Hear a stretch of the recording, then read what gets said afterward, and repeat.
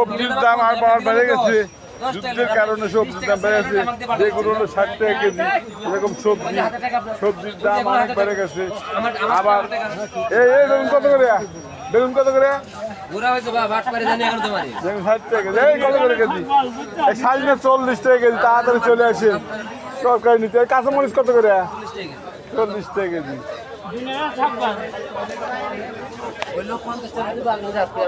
Tomato কত করে? Tomato tomato কত করে ভাই?